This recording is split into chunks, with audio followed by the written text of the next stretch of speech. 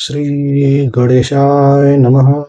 नमस्कार मित्रों, बृहत्पराशर होरा शास्त्र को यदि आप पढ़ेंगे तो उसमें ऐसा आता है कि जो भी अवतार हुए हैं वह प्रत्येक एक एक ग्रह से एक एक अवतार की बात की गई है। तो उस स्वरूप में बृहत्पराशर होरा शास्त्र में बताया गया है कि राहु वराह अवतार का संकेतक है। और हमें यह समझना चाहिए कि देखिए, अगर नवग्रह में इसका बहुत महत्वपूर्ण स्थान है भारतीय ज्योतिष में, तो इसका कुछ महत्व है। आप उसे क्रूर ग्रह समझ के या पाप ग्रह समझ करके डर मत जाइए। आप उसे यह समझिए कि इसमें भी कुछ अच्छाई भरी हुई है, इसमें भी कुछ अच्छी बातें हैं। और देखिए, पाप ग्रह भी आवश्यक है जीवन में, क्रूर ग्रह भी आवश्यक है जीवन में, शुभ ग्रह भी आवश्यक है जीवन में। सबका अपना महत्व है, सभी का अपना महत्व है। जो राहु की प्रकृति बृहत्पराशर होरा शास्त्र में और अन्य ग्रंथों में बताई गई है वह भी जानना बहुत आवश्यक है। तो बृहत्पराशर होरा शास्त्र के अध्याय 3 में 9 ग्रहों की बात की गई है। उन 9 ग्रहों में सूर्य, चंद्र, मंगल, बुध, गुरु, शुक्र, शनि, राहु और केतु की बात आई है।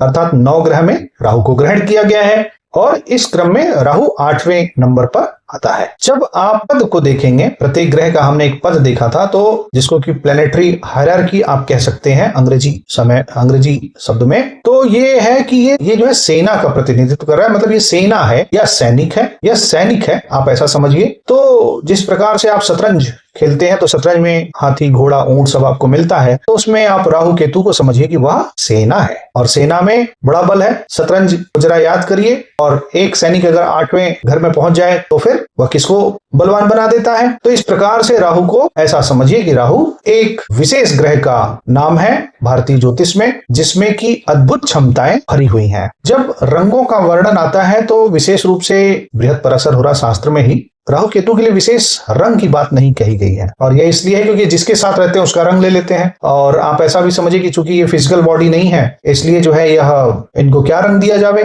मगर इनके स्वरूप की बात आई है, स्वरूप में बात आती है। तो राहु केतु के स्वरूप में बताया गया है कि यह धूम सदृश अर्थात धुएं के समान नील शरीर वाले हैं, नीले शरीर वाले हैं, वन में रहने वाला है राहु। ऐसे लोग जो कि वन में रहते हैं उनके ऊपर राहु का प्रभाव ज्यादा है, ऐसा भी आप समझ सकते हैं। भयानक जो भी क्रूर ग्रह होगा वह थोड़ा सा डरावना रहेगा, इस संदर्भ में उसको भयानक कहा गया।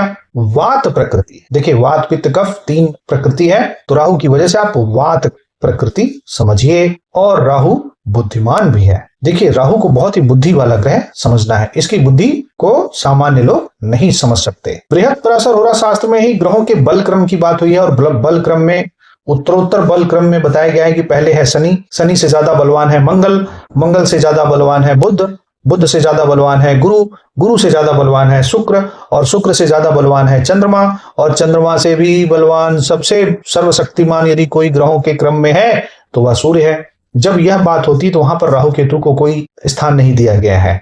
इसका अर्थ है कि राहु केतु के पास अपना कोई बल भी नहीं है, यह स्वतः से तो बलहीन है। यह स्थिति, परिस्थिति और संगत से प्रभावशाली हो जाते हैं। जिस प्रकार से कि अगर आप शतरंज खिलाड़ी हैं तो आप समझ सकते हैं कि उसमें एक सैनिक का कितना बल है, परंतु वह सैनिक समय आने पर क्या बल दिखा देता है। राहु के बारे में एक बात और भी बताएगी कि यह कई रंगों का कपड़ा पहने हुए हैं। तो इससे एक संकेत यह मिलता है कि जिस भी व्यक्ति का राहु खराब हो, राहु से व्यक्ति परेशान हो, तो उसको कई रंगों के कपड़े नहीं पहनने चाहिए। राहु बलवान कर देगा अपना, मगर जिस व्यक्ति का राहु बढ़िया हो, बलवान हो, वो कई रंगों के कपड़े पहन सकता है भाई। इसकी धातु बृहत्पराशर होरा शास्त्र में सीसा बताई गई है, और धातु मूल जीव के क्रम में यह धातु है, अर्थात एक मेटेरियलिस्टिक प्लैनेट है। यह ग्रह भौतिकतावादी है। फल दीपिका में जो राहु केतु के स्थान आए हैं उसमें राहु के लिए जो स्थान बताया गया वह है बिल, सर्प का बिल, सर्प जिसमें जाकर के बैठ जाता है वह बिल राहु का स्थान है।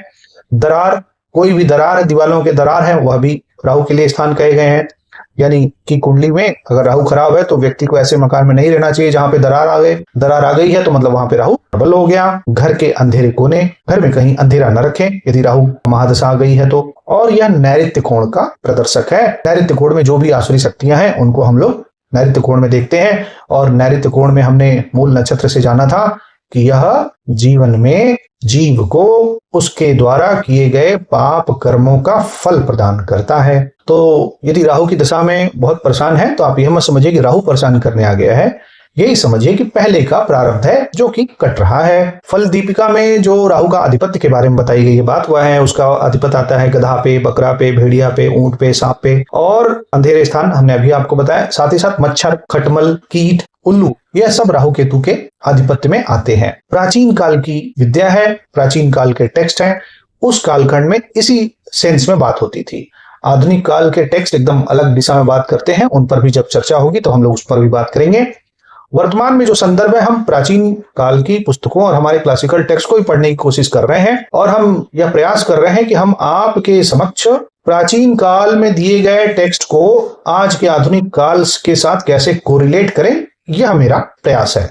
तो मैं आपको उन चीजों के साथ कनेक्ट करके आपको चीजों को बताता रहूंगा। राहु केतु एक प्रकार से सूर्य ग्रहण लगा देते हैं, तो ये सूर्य के विशेष शत्रु समझे जाते हैं। इसके साथ साथ बृहत पराशर होरा शास्त्र में आया है कि सूर्य का शत्रु राहु केतु तो ही है, गुलिक भी है। तो यहाँ पे सूर्य कौन है? तो सूर्य आप सौर मंडल के बीच में चमकता हुआ जो अग्नि का गोला है उसको सूर्य समझते हैं। उसके साथ साथ यत् पिंडे तत् ब्रह्मांडे के स्वरूप में आपके स्वरूप में स्थित जो आत्मा है वह भी सूर्य का ही संकेतक है। अर्थात उस आत्मा के लिए शत्रुता हो गई राहु की, तो आत्मा पर बोझ, अर्थात जब राहु की महादशा चले तो ऐसे कार्य न करें जिससे कि मन पे, आत्मा पे, जमीर पर बोझ उत्पन्न होए। फल दीपिका में ही मैंने पढ़ा कि राहु के लिए जो रत्न है वह गोमेद आया है और ऐसा भी बताया गया कि राहु 100 वर्ष जीता है और 100 वर्ष जीने के साथ साथ यह वृद्ध भी है।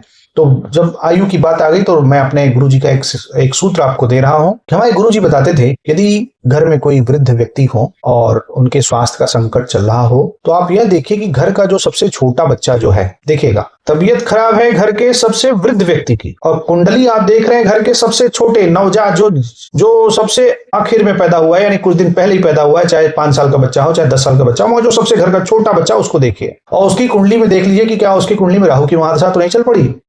यदि उस छोटे बच्चे की कुंडली में राहु की दशा आ गई है तो जो यह वृद्ध व्यक्ति हैं इनका स्वास्थ्य सुधर जाता है। राहु की दशा लगी छोटे बच्चे पर और स्वास्थ्य सुधर गया घर के मुखिया का। इस प्रकार से भी हमारे गुरुजी ने एक सूत्र बताया था, तो मैं सोचा आपको बता दूं कि ज्योतिष विद्या ये बड़ी गूढ़ विद्या है और इसमें संकेत मात्र आपकी कुंडली से नहीं आते हैं, आपके साथ जुड़े हुए लोगों के संबंध से भी संकेत मिल जाते हैं। जैसा कि हमने यह सूत्र बताया कि घर में कोई वयोवृद्ध जिनकी तबीयत खराब हो और उसी समय यदि आपको घर के किसी बच्चे की कुंडली में दिख जाए, खासतौर पे छोटे, मतलब देखना है किसी भी बच्चे में चल रहा हो तो ज्यादा अच्छा है, सबसे अच्छा सबसे छोटा वाला बच्चा जो है वो स्पष्ट संकेत देता है। यदि उसकी कुंडली में राहु का समय आ गया है तो वह घर के अंदर जो घर के मुखिया हैं उनके लिए आयु वर्धक हो जाता है, स्वास्थ्य वर्धक हो जाता है। तो मतलब स्वास्थ्य का जो संकट आया वह आया है, परंतु वह सॉल्व हो जाएगा और फिर आगे बात चल पड़ेगी। बृहत पराशर होरा शास्त्र के ही एक सूत्र के आधार पर हमने आपको राहु का, केतु का, उच्च मूल त्रिकोण और स्वग्रही का भी राशियां बता दी थी। आज मैं फिर से राहु के बारे में बता देता हूं कि राहु वृष राशि में उच्च का, मिथुन राशि में मूल त्रिकोण का कहा जाता है और कन्या राशि और कुंभ राशि में वह स्वग्रही समझा जाता है। और हम लोग अगले वीडियो में इसके आगे का फल भी पढ़ेंगे। मैं आशा करता हूं आपको मेरा प्रयास पसंद आ रहा होगा, आपने मेरे वीडियो को देखा। आप सबका बहुत बहुत धन्यवाद। नमस्कार।